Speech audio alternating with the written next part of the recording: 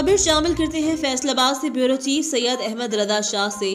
16 नवंबर खालिक लफ्ज़ पाकिस्तान बानी तहरीक पाकिस्तान का नाम तख्लीक करने वाले अजीम तरीन इंसान चौधरी रहमत अली की यौम पैदाश का दिन है।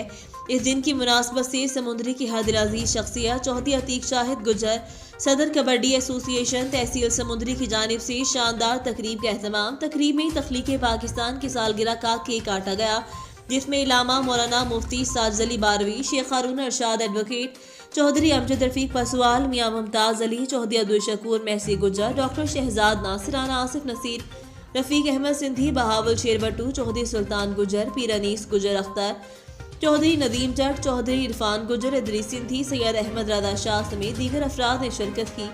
इस मौका पर चौधरी अतीक शाहिद गुज्जर ने आने वाले मौजूद मेहमानों का शुक्रिया अदा किया। उनका कहना था कि हम हुकूमत पाकिस्तान से पुरजोर मुतालबा करते हैं कि रहनुमा तहरीक पाकिस्तान और खालिक लफ्ज़ पाकिस्तान चौधरी रहमत अली के जज़्दे खाकी यूके से पाकिस्तान लाने के लिए फौरी NOC जारी किया जाए।